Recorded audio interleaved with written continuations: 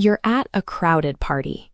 People are chatting about the weather, and you feel drained, disconnected from the noise moving rapidly around you.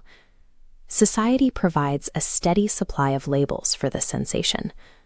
When you withdraw, people assume you are aloof, shy, or struggling with a social anxiety that needs fixing. Psychologists observe that these social frictions often track with specific patterns in brain architecture. These traits often signal that your mind is processing information at a higher volume than those around you. To understand how your brain actually works, we need to examine the mechanics of high intelligence.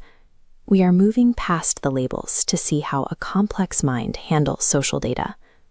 Reframing these moments of isolation reveals them as evidence of a deeply analytical mind operating exactly as it was built to. Step away from the external noise of the crowd and look inward at the quiet, rapid firing of your own thoughts. Constantly analyzing every detail of an interaction is frequently diagnosed as simple, anxious overthinking. In a highly intelligent brain, glowing nodes of information rapidly multiply, forcing connections between a casual comment, past behavior, and a broader concept.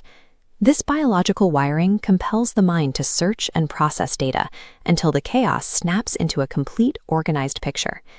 Most people receive a piece of information and move on, accepting it at face value, without a biological craving for further depth. This relentless search for depth serves as a biological necessity for a hyperconnected brain. Imagine a one-on-one conversation. The other person asks a question, and a noticeable, heavy silence follows before you reply. From the outside, this delay looks like distance or arrogance. To the person waiting, it feels like you're being difficult or overly shy. This flowchart visualizes metacognition, the ability to think about your own thinking. In milliseconds, your brain cascades through dozens of potential outcomes, calculating the logical consequences of every possible response. During this pause, your mind is also decoding the emotional subtext of the speaker.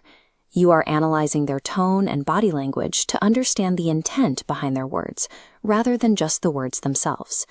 This level of awareness creates intense self-criticism. You see your own potential missteps and flaws as clearly as you see the various paths the conversation could take. The silence reflects the massive data processing and emotional decoding required to navigate a conversation with genuine understanding. Take that same analytical mind and place it into a rigid environment, like a corporate office or a traditional classroom. When you question established procedures, the system labels you as rebellious or difficult. These challenges to the norm serve to improve the system. Your brain naturally spots structural inefficiencies and logical gaps that others are wired to ignore. High intelligence prioritizes objective truth and the integrity of a system over the social comfort of being popular. Friction with society emerges as a necessary byproduct of prioritizing truth over the comfort of the status quo. Compare the exhaustion of that crowded party to the peace of a quiet, isolated room where you can finally breathe. Solitude provides the biological state required to recharge a stimulating inner world without external interruption.